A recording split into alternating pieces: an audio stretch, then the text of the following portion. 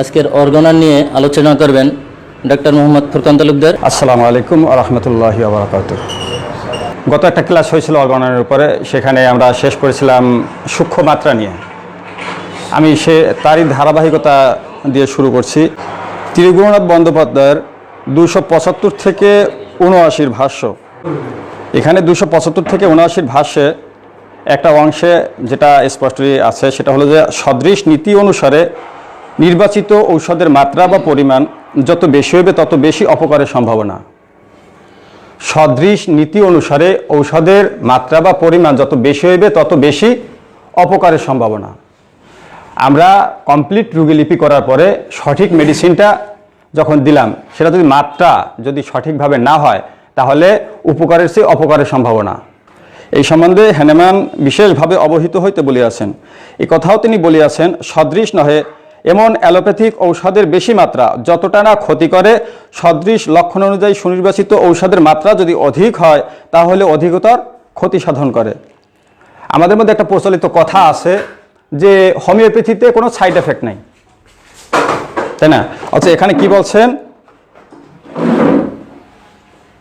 সদৃশ নহে এমন অ্যালোপ্যাথিক ঔষধের বেশি মাত্রা যতটা না ক্ষতি করে, সদৃশ লক্ষণ অনুযায়ী সুনির্বাচিত ঔষধের মাত্রা যদি অধিক হয় তাহা হইলে অধিকতর ক্ষতি সাধন করে। অ্যালোপ্যাথি যে স্থূল মাত্রায় যে ক্ষতিটা না করবে তার চেয়ে বেশি ক্ষতি করবে হোমিওপ্যাথি, যদি সেটা সদৃশ হয় এবং মাত্রা যদি স্থূল হয়। তাছাড়া সুনির্বাচিত হোমিওপ্যাথিক ঔষধ যদি পুনঃ পুনঃ প্রয়োগ করা হয় তাহা হইলে রোগকে জটিল দুরারোগ্য করিয়া তোলে। এটা খুব গুরুত্বপূর্ণ একটা কথা। সুনির্বাচিত হোমিওপ্যাথিক ঔষধ যদি পুনঃ পুনঃ প্রয়োগ করা হয়, বারবার প্রয়োগ করা হয়, তাহা হইলে তাহা রোগকে জটিল দুরারোগ্য করিয়া তোলে।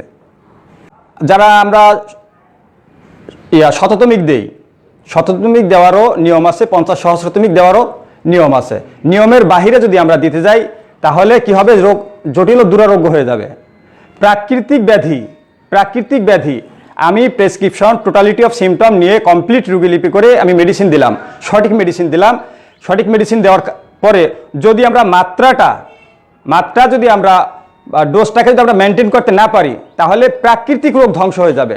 সে আমার কাছে যে ডিজিজ নিয়ে আসছে সেই ডিজিজ ঠিকই ধ্বংস হয়ে যাবে, বাট বারবার ঔষধ প্রয়োগ করার কারণে যে প্রুভিং জনিত যে সৃষ্টি হবে যে ডিজিজটা, সেই ডিজিজটা সারা প্রায় দুরারোগ্য, দুঃসাধ্য। সেই রোগটা যে রোগটা সৃষ্টি হবে সেই রোগটা আরোগ্য করা প্রায় দুঃসাধ্য। তাহলে এখন এখানে একটা কথা, যারা শততমিক দেয়, শততমিক দিলে সেটা কখন দিতে হবে এবং কখন বন্ধ করতে হবে সেটা বুঝতে হবে। শততমিকের নিয়ম হলো 246 আলোচনা আছে, স্পষ্ট আলোচনা আছে 246। আপনি পেশেন্টকে ওষুধ দিলেন, ওষুধ দেওয়ার পরে যখনই ঝংকার সৃষ্টি হবে তারপর আর কোনো ওষুধ দেওয়া চলবে না। 246 নম্বর সূত্র। 246 নম্বর সূত্রে দুইটা সংস্করণ নিয়ে আলোচনা আছে, পঞ্চম সংস্করণ এবং ষষ্ঠ সংস্করণ, দুইটা নিয়ে আলোচনা আছে। কিন্তু আমাদের ভুলের কারণে বা আমরা একঘেয়ামিতার কারণে আমরা শুধু একটা প্যারা নেই, প্রথম অংশ নেই, দ্বিতীয় অংশ নেই না, অথবা দ্বিতীয় অংশ নেই, প্রথম অংশ নেই না। যদি শততমিক ব্যবহার করে থাকি, নিয়ম হয়েছে যখনই ঝংকার আসবে তখনই ওষুধ বন্ধ। ক্রনিক এবং অ্যাকিউট নাই। ঔষধ দেওয়ার পরে যদি অ্যাগ্রাভেশন অথবা এমিলিওরেশন দেখা দেয়, অ্যাগ্রাভেশন এমিলিওরেশন যেটাই দেখা দেখ না কেন ওষুধ বন্ধ। এখানে অবজারভেশন আসে, অ্যাগ্রাভেশন দেখা দিলেই যে সেটা নির্বাচন সঠিক হয়েছে সেটা আমরা বলতে পারি না। যদি যেই লক্ষণগুলো নিয়ে আসছে সেই লক্ষণগুলো যদি বৃদ্ধি পায় তাহলে মনে করবো যে হ্যাঁ আমাদের ঔষধ নির্বাচন সঠিক আছে, কিন্তু মাত্রা অধিক হয়েছে যার কারণে অ্যাগ্রাভেশন দেখা দিছে।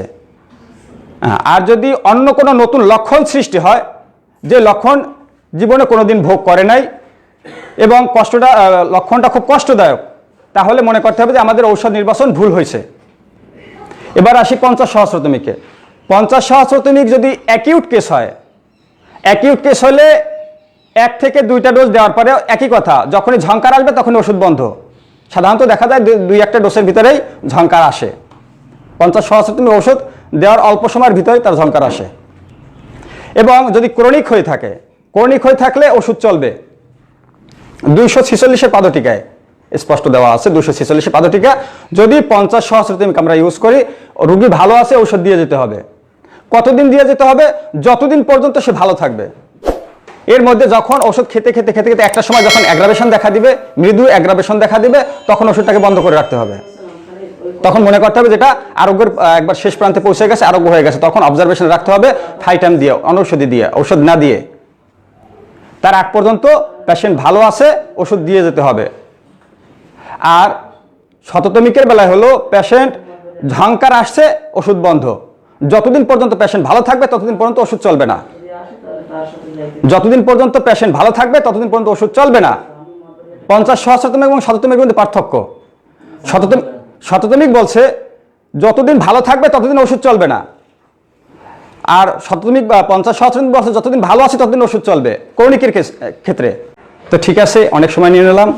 আপনারা সবাই ক্লাসিক্যাল হোমিওপ্যাথ হওয়ার জন্য আল্লাহর কাছে দোয়া করেন। আমরাও চেষ্টা করছি যাতে কিভাবে এটাকে ডেভেলপ করা যায়। সবাই দোয়া করবেন। আসসালামু আলাইকুম ওয়া রাহমাতুল্লাহি ওয়া বারাকাতুহু।